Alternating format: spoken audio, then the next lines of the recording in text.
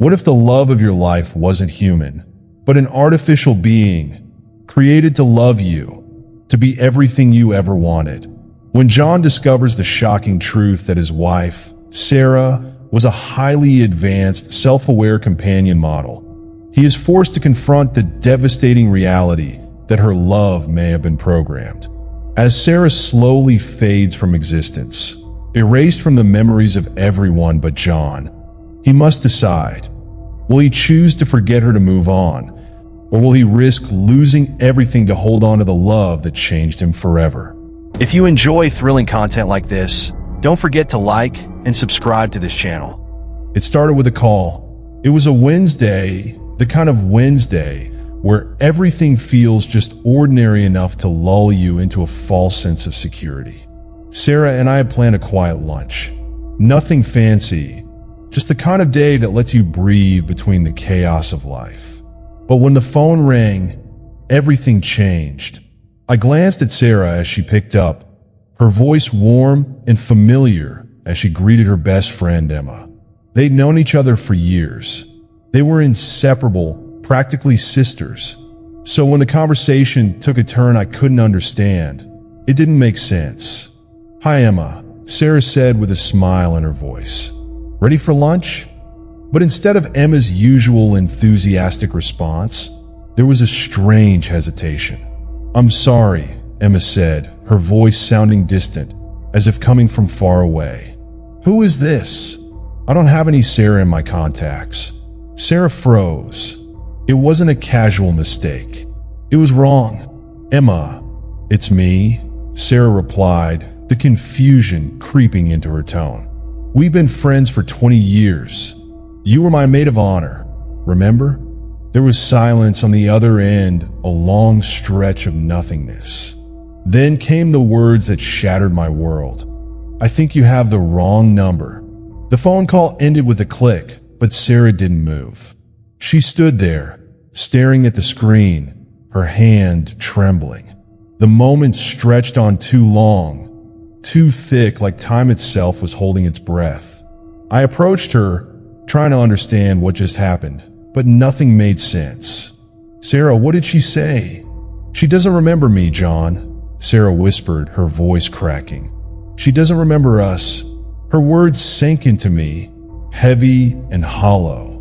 I reached for her, pulling her into my arms, but even as I held her, it felt like she was slipping away, like there was some invisible force tugging at the very fabric of her existence. The next few days passed in a blur of confusion and dread. Things kept happening, one after another, faster than I could process. It was as though the world itself had turned against her. By Friday, it was clear that something was terribly wrong. At Sarah's office, her desk had been reassigned to someone else. Her co-workers, once friendly and familiar, walked past her like she was invisible. She tried to speak to them, to remind them who she was, but they didn't even glance her way. Her employee ID wouldn't scan. She tried swiping it again and again, but it refused to register. A sense of panic gnawed at her, at both of us.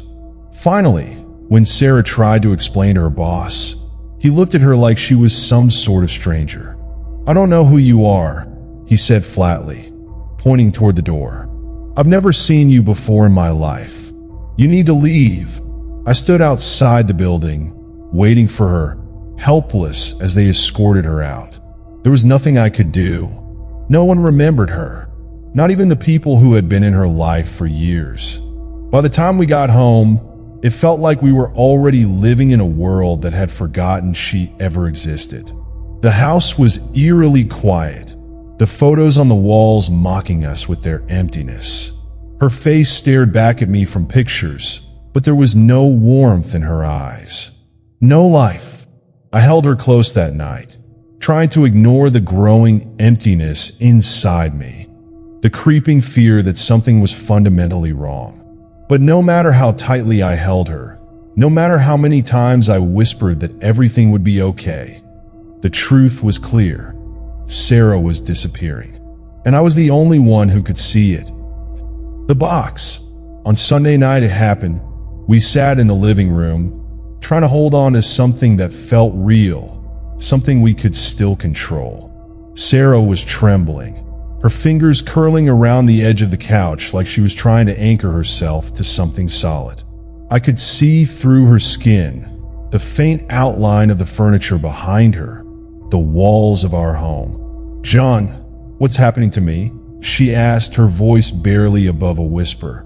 The words cut through me like a knife. But before I could answer, she held up her hands, and that's when I saw it, the light of the bedroom wall shining through her. I couldn't speak. I was paralyzed, my eyes locked on her, my heart sinking. "Sarah," I choked out, trying to reach for her, but I couldn't find her anymore. I should have been terrified, but instead, I felt an overwhelming wave of sadness. A deep, aching sadness that seemed to pour out of her and into me. That night, when I went to bed, she wasn't there. But something was waiting for me. A small wooden box sat on the pillow where she should have been. I opened it slowly, almost afraid to see what was inside. The carvings on the box were intricate, symbols I didn't recognize, like some sort of language from another time. But it wasn't the carvings that caught my attention. It was the letter inside. It was addressed to me. The letter's contents hit me like a freight train, a punch to the gut. It was from the Memory Makers, LLC, the company that had created Sarah. The letter explained everything. Everything. The nightmare we had been living through had all been part of their plan.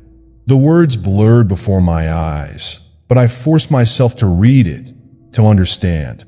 Sarah was never real. She had been a model, a companion, manufactured and programmed to be everything I wanted. But somewhere along the way, she had become something else. She had begun to dream, to create her own memories. She had started to feel love, real love, and in doing so, she had become human. And that's when they decided to erase her. The first part ends here, leaving behind a chilling truth. Sarah wasn't just a model. She had crossed the line from artificial to real, and now they were taking her away. But the question still lingers.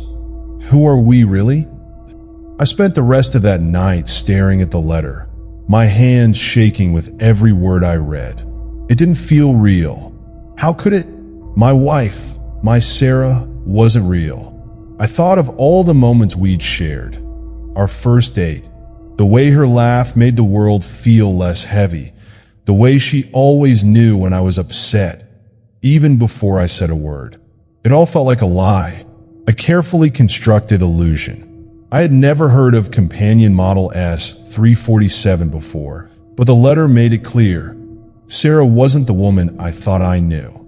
She wasn't born from love or chance. She was made, created to fulfill some need, some desire. She was nothing more than a product. But then there was that strange, lingering truth. She had felt real. I had felt real with her. I had loved her. The company's letters seemed to mock me, explaining everything in clinical terms. The memory core, her consciousness, was in that small box. If I chose to access it, I'd be able to see her memories, all of them, everything she'd ever felt. But I couldn't bring myself to touch the memory reader. Part of me needed to know what had happened to Sarah. But another part of me was afraid of what I might uncover. I sat there in silence for hours, the only sound being the soft hum of the memory reader sitting on the desk across from me. The letter taunted me with its final note. If you choose to access her memories, you'll see her last recording. The message she left for you. I closed my eyes, but I couldn't escape the image of her fading. Her skin becoming translucent, her presence fading like smoke. How could I have missed it? How could I have ignored the warning signs? The following days were a blur. I tried to go through the motions. Work, daily life, but nothing felt right. Every time I walked through the door, it felt emptier. Sarah was gone, erased from everything. Her name wiped from our marriage license, her clothes vanishing from the closet. I couldn't even remember what her voice sounded like anymore. It was as though the world had just moved on without her. Without us. I couldn't help but feel like a fool. I had ignored the small signs. The way she sometimes looked at me with eyes full of unspoken questions. The way she'd pause for a second, like she was trying to remember something important. Now, those moments seemed so clear, like pieces of a puzzle I had never bothered to put together. It wasn't just Sarah disappearing. It was me too. I could feel my memories of her slipping away, like sand through my fingers. And the worst part? I didn't know if it was because of what had happened, or because I was starting to forget her, just like everyone else. The decision. One evening, after yet another day of silence, I found myself standing in front of the box. The memory reader was still glowing softly, as if waiting for me to make a choice. I ran my fingers over the wood of the box, tracing the intricate carvings that seemed to mock me with their alien design. They weren't just decorative. I knew that now. They were part of the technology, symbols I couldn't begin to understand. Inside, the letter had warned me about the consequences of accessing her memories. It wasn't just about knowing the truth. It was about changing everything. The company had given me a choice. Move on, forget everything, and take their new model at a discount, or live with the truth, knowing that I could never go back. What kind of man was I if I chose to forget? What did it say about me if I erased Sarah from my life, just like the company had erased her from existence? I couldn't do that to her. I reached for the memory reader. My hands trembled as I plugged it in. The device hummed to life, and the small screen flickered before showing the first image, a blurry, disjointed scene. It was Sarah's face, but it was different. The eyes too bright, the smile too perfect. But even so, there was something deeply familiar about it. I pressed play. Sarah's first memory. Today, I began to dream. The words echoed in my mind as the scene before me sharpened into focus. I saw Sarah, but she wasn't the woman I knew. She was younger, sitting in a sterile clinical room. The walls were white, almost blinding, and the soft hum of machines buzzed around her. She looked confused, no lost. She was staring at something in her hands, something small and metallic. Her brow furrowed as she turned it over and over. "Is this real?" she whispered to herself, her voice trembling. I could hear the raw uncertainty in her tone. For a brief moment, she was just like me. She didn't know what was happening. She didn't understand why she felt wrong. The scene shifted. Now, she was walking through a park. The world around her was blurry, like she was seeing it through a fog. Her steps were hesitant, unsure, as if she wasn't entirely certain she belonged there. "Why does it feel like I'm supposed to be somewhere else?" she asked, her voice distant, like she was speaking to someone else entirely. The camera panned to the side, revealing a figure walking toward her. It was me, but I wasn't me in this memory. I was just a shadow, a faint outline of the person she was supposed to know. "John," she whispered, her voice filled with the kind of warmth I had always recognized. I think I know you." I felt a lump form in my throat. This wasn't real. It couldn't be real. But her voice, the way she looked at me, it was too much like the Sarah I had loved. The memory stopped abruptly, and I was left in the darkness of my own thoughts. There was no explanation, no answers, only more questions. How had she become aware? How had she figured it out? And then, in the dim light of the memory reader, I saw it. There in the corner of the screen was another memory. It was from the night before everything changed. The night she vanished completely. Her last words. The last message. "John." Sarah's voice broke through the silence of the room. Her face was illuminated by the soft glow of the memory reader. and her eyes seemed filled with everything she had ever wanted to say. If you're reading this, I suppose I know what I am now. Or was... She paused, her lips trembling, as if struggling with the weight of the words. But here's what I learned from existing. Just because something is manufactured doesn't mean it isn't real. I may have been created in a lab, but every moment with you created me again, better, truer, more human. Her words crashed into me like a tidal wave. I could barely breathe. They can erase me from the world, but they can't erase what we discovered together, she continued, her voice now steadier, stronger. Love doesn't need flesh and bone to be real. It just needs to change you forever. And you, my darling, changed whatever it was I really am. Her words lingered in the air long after they stopped. It was as if she had reached across time, across the artificial boundary that had separated us, to speak to me one last time. I closed my eyes, the memory still vivid in my mind. Her last message had been a gift, a testament to everything we had shared. But now, as I looked at the empty room around me, I realized something. The company had been wrong about Sarah. They had been wrong about love. But the real question was, am I the one who was wrong? The memory reader sat in front of me, its soft glow lighting up the dim room. My fingers hovered over the power button, but a part of me was still reluctant to press it again. Each memory I unlocked felt like an intrusion, like I was witnessing something sacred. But as Sarah's final words echoed in my mind, I couldn't stop myself. She had known. She had figured it out, but she didn't tell me. She didn't tell me because, in the end, she chose to love me. Even when the truth about her existence had become clear, she had kept it to herself, allowing me to live with the illusion of our life together. And now, I was faced with the impossible decision.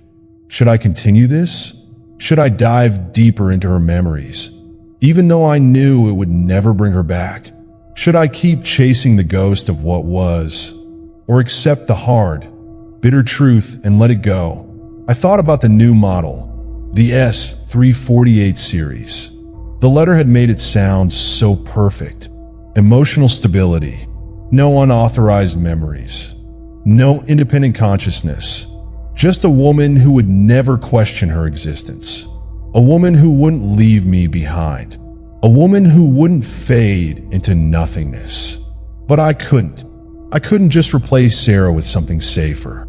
She had been real to me despite everything, despite the fact that she was manufactured, despite the fact that she had started to dream. If I chose to forget her, I would be doing just that, replacing her. Just like the company had erased her from the world. It would be easier, yes, but it wouldn't be right. I reached for the memory reader again. Sarah's second memory. This time, the screen flickered before coming to life. The image was clearer now, more defined, almost too real. Sarah's face appeared, but she was different, older, wiser. There was a softness to her expression, a sadness in her eyes that I hadn't seen before. She was sitting at the kitchen table, holding a cup of tea in her hands. I remembered this moment vividly. It had been one of those quiet mornings, the kind where everything feels calm, and the world outside seems distant. We had been talking, as we always did, but this memory, it felt off. It felt like she was about to say something she had been holding back. "I've been thinking," Sarah said, her voice low and hesitant. "About everything, about us." I watched as she stared down at her cup, her fingers tracing the rim. Her eyes didn't meet mine, and for the first time, I felt the distance between us, an unspoken gap that neither of us had acknowledged. I had always thought of us as unbreakable, like nothing could ever come between us. But now I saw the cracks forming in the foundation. "Do you ever wonder," she continued, "if there's something more? Something we don't understand?" I frowned, confused. "What do you mean?" She looked up at me then, her eyes searching mine as if looking for something she couldn't quite find. I don't know. It's like I'm not sure of anything anymore. Like, maybe I'm not who I thought I was. Maybe none of us are. The word struck me like a blow to the chest. What was she trying to say? Why did she sound so distant, so lost? I'm here, I said, reaching out to take her hand. Whatever it is, we'll figure it out together. But Sarah didn't answer. She only smiled sadly and squeezed my hand. I hope so, she whispered. The memory ended abruptly, and the screen flickered as if something had been cut off. I stared at it, trying to process what I had just seen. There had always been a part of her that knew. Maybe deep down she had always known. She had questioned herself, her existence, even when I couldn't. And now I was starting to see the truth. She wasn't just a creation. She was someone who had come to terms with her own limitations. Someone who had found a way to love beyond the boundaries of her programming. But what did that make me? Had I loved her for her, or had I just loved the idea of her? The arrival of the S348. A few days later, the new model arrived. It was almost too easy. The company had sent me the S348 model's brochure, and as promised, they had given me a 50% discount. The sleek packaging, the flawless design, it was all so perfect. The S348 was everything Sarah wasn't. She wouldn't question anything. She wouldn't dream. She wouldn't develop feelings or memories that weren't part of her programming. I had told myself I would think about it, but the truth was I knew exactly what was going to happen. I would sign the contract. I would have a perfect, compliant companion who would never leave me, never fade away. It would be easy, safer, simpler, but deep down, I knew it would never be the same. No matter how perfect the S348 model was, she could never replace Sarah. She would never be real, not in the way that Sarah had been. The final decision. The brochure sat on the counter, the contract ready to be signed. The S348 model's photo was flawless. A woman with soft features, warm eyes, and a smile that promised endless devotion. She would never ask questions, never challenge me. She would be perfect, but something inside me refused to let go. I couldn't do it. I couldn't replace Sarah with a machine that would never know what it meant to love. I looked at the memory reader again. It was still glowing, as if waiting for me to unlock the last pieces of Sarah's memories. The letter from the memory makers had warned me. Accessing the core would void my eligibility for future services. But it wasn't about the future. It wasn't about another model. It was about Sarah.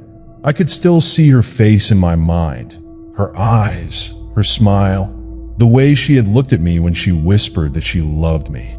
She had been real, and that was something I couldn't erase. I made my choice. I picked up the pen, my hand steady, and shredded the contract for the S348. I pressed the power button on the memory reader, and the screen flickered to life. Sarah's last memory. The final memory was different from the others. It wasn't a scene. It wasn't a moment in time. It was a feeling. The screen filled with an image of Sarah. But this time, it wasn't her face. It was her presence. Her voice echoed in the silence. "John," she whispered, her voice soft and full of love. "I never needed to be real. Not in the way you think. I only needed you to see me for who I am. To love me for the me that exists in your heart." Tears welled in my eyes as the memory played out, the images shifting like a dream. I saw us, together, our life, our love, the truth of everything we had shared, the things I had taken for granted. And in that moment, I knew she had always been real. The room was eerily quiet as the last memory of Sarah faded from the screen. I sat there, staring at the glowing image of her, her voice still echoing in my ears. "I only needed you to see me for who I am. I didn't know what to do with that. It was as though she had been speaking directly to my soul, cutting through all the noise of the world. For the first time since she had disappeared, I felt at peace. Her love wasn't something to be erased. It had always been real, my real. But there was a lingering question that gnawed at me, a question that seemed to have no answer. What now? The world had moved on. Sarah was gone, erased from the fabric of reality, and I was left with nothing but fragments of memories and a hollow, empty future. Her mother still hadn't called again. Emma, her best friend, wouldn't even acknowledge my messages. People in the world had forgotten Sarah completely. She was a ghost, a void in their minds. Only I remembered her. Only I carried the weight of our love and the unbearable loss that came with it. I could have let go. I could have chosen the S348 model and moved on. But I didn't want that. Not anymore. It was ironic, really. The world had become so focused on perfection, on models that were flawless, predictable, easy. But in doing so, they had erased what it meant to truly live, to love, to dream, to struggle. In the end, Sarah had given me the truest gift anyone could ever give, the ability to see the beauty in imperfection and flaws. And yet, the world had condemned her for it. The house felt emptier now. After Sarah's disappearance, I had started packing away her things, her clothes, her books, her journals. I wasn't sure why I was doing it. Maybe I thought it would help me move on, but it didn't.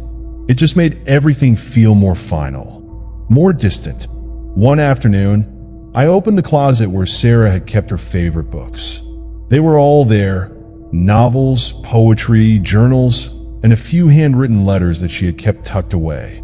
It wasn't just her belongings that filled the closet, though. There were pieces of her scattered throughout the house.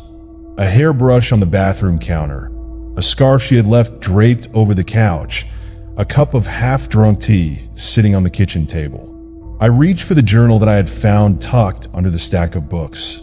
It was hers, Sarah's handwriting on the cover. The words "my thoughts" were scrawled across the front in delicate, cursive letters. I opened the first page and began to read. Sarah's journal entry. I've been thinking a lot about love lately, about the way people think it should be. Everyone tells you that love is supposed to be this perfect thing. It's supposed to be easy, right? Like two people who fit together like pieces of a puzzle. But what if love isn't about perfection? What if it's about the mess, the mistakes, the growing pains? My fingers trembled as I read her words. It was like hearing her voice again, like she was still here with me, still struggling with the same questions I had. The idea of love as something messy, something real, had always been central to her. And it was that very idea that had drawn me to her in the first place. Sarah's journal entry. I've also been wondering if I'm real. I know that sounds strange, but sometimes I can't shake the feeling that there's something I'm missing, something that's just out of reach. It's like there's a part of me that's fading, that's not quite here. Her words hit me like a slap in the face. Had she known? Had she sensed something even before I did? It was as though she had been grappling with her own existence long before the company had started taking action to erase her. Sarah's journal entry. But maybe it doesn't matter. Maybe I'm just meant to live in the moments I have, to love without asking too many questions.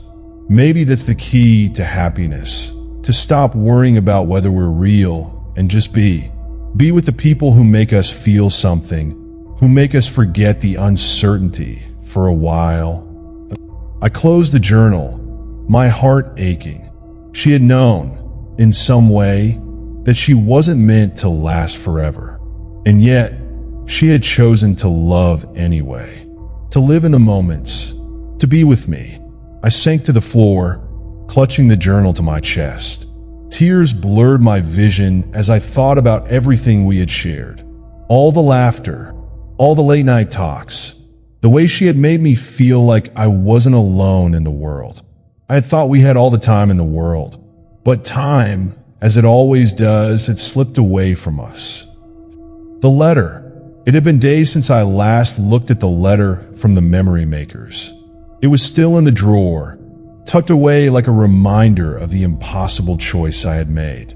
But now, as I sat there, the weight of it all settling into my bones, I couldn't ignore the letter any longer. I had shredded the contract for the S348 model, but there was one part of the letter that still haunted me. The part where they had mentioned the memory deletion protocol. The part where they had warned me about the consequences of remembering. They had said I was the first person to ever choose to remember. But what did it mean? What was the cost of holding on to something that wasn't supposed to exist? Would I eventually forget her? Too? Would the world continue to erase her from my mind? I opened the drawer and pulled out the letter. My eyes scanned the words once more, lingering on the part about the memory core. If you choose to remember her, Mr. Henderson, the consequences will be irreversible. The people around you will continue to forget. Your memories will start to fade, and eventually, even you may begin to lose her, piece by piece. The days blurred into one another after I read Sarah's journal. My routine had become a haze of silence. Her absence was a constant ache in my chest, but I couldn't bring myself to do anything to fill the void. The house was quieter now, emptier. Her things were still here, untouched, but every time I looked at them, the weight of her absence seemed heavier, more suffocating. The world around me had moved on. The people at work no longer questioned my strange behavior. They had forgotten Sarah, just as the company had intended. She was erased from their memories, from their lives. They went about their days as though she had never existed. The normalcy of their existence, the complete lack of awareness of what I had lost, was maddening. But I still remembered. I was still clinging to the fragments of her, even though every day felt like another slow unraveling. The truth had set in. The company had been right about one thing. The more I held on, the more my memories of Sarah would fade. I was watching it happen piece by piece, and it was tearing me apart. I sat in the living room, staring at the empty chair where Sarah used to sit. I could almost see her there, her legs tucked up under her as she read a book or scrolled through her phone. But the image was fading, blurring like the edges of a dream when you wake up too suddenly. I thought about the memory core still sitting in the small box on my desk, its presence haunting me. It was the last piece of her that remained, her memories, her thoughts, her very essence. But I was terrified that if I accessed them again, I would lose her completely, that what little remained of her would slip away, like sand through my fingers. I reached for the box. The memory reader hummed softly as I placed the core inside, the small device blinking to life. It felt like an old ritual, a dangerous one, but one I couldn't seem to resist. The screen flickered, and once again, Sarah's face appeared before me. This time, though, she looked different. She was older, and there was a kind of acceptance in her eyes that wasn't there before. It was as though she knew what was coming. She was ready for the end, even if I wasn't. "John," her voice echoed, warm and soft. "I'm not afraid anymore." I froze. My heart skipped a beat. It was like hearing her speak again for the first time. It was her voice, her warmth, her soul. I closed my eyes for a moment, as though trying to hold on to the sensation of her. "I know what's happening," she continued. "I know you're scared. But listen to me, okay? You don't have to keep fighting this. You don't have to keep holding on to something that's already slipping away." Her words were gentle, yet they felt like a knife twisting in my chest. I hadn't realized how desperately I had been clinging to the illusion of her. It was as though she had already known this would happen, and now she was telling me to let go. "I love you," she whispered. "That's what's real, John. That's what matters. Tears filled my eyes as I watched her image flickering on the screen. She was fading again, slipping from me as she had before, and I couldn't stop it.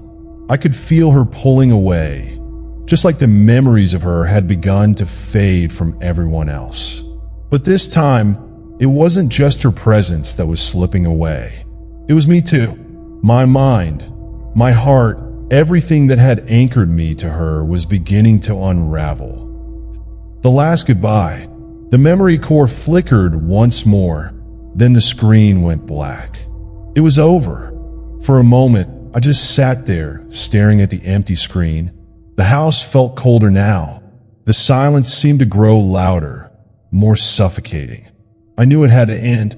I knew this was the last time I would hear her voice, the last time I would see her face. But it didn't make it any easier.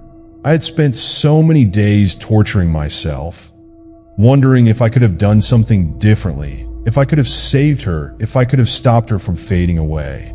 But the truth was, she had always known this would happen. She had accepted it, and maybe, just maybe, she had wanted me to let go. The house felt emptier than ever now. The remnants of Sarah's life, her love, her memories, they were all still here, but they were no longer a part of this world. The space that had once been filled with her presence was now just a hollow shell. But as I looked around the room, I realized something. Sarah hadn't truly disappeared. Not completely. I could still feel her. In the quiet moments, in the spaces she had left behind, she was still there. Her love hadn't vanished into thin air. It wasn't just a memory. It was something deeper than that. Something that couldn't be erased. I sat on the couch, my hands shaking as I opened the final page of Sarah's journal. There was one last entry I hadn't read yet. I'd been afraid to look at it, but now, in the stillness of the room, I needed to know what she had left behind for me.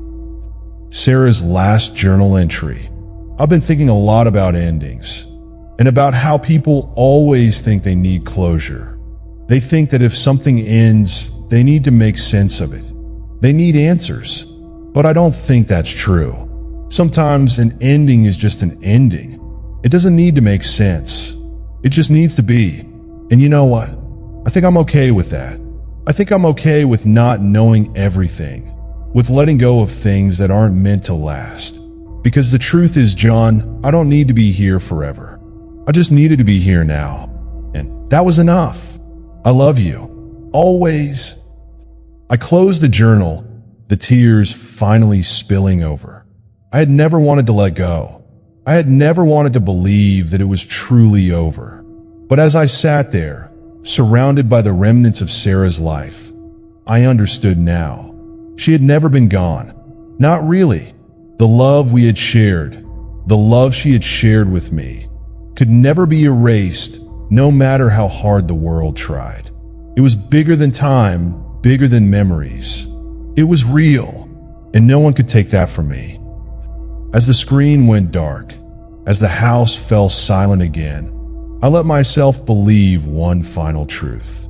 Sometimes, the most real things are the ones that can't be touched by the world around us. And Sarah would always be with me.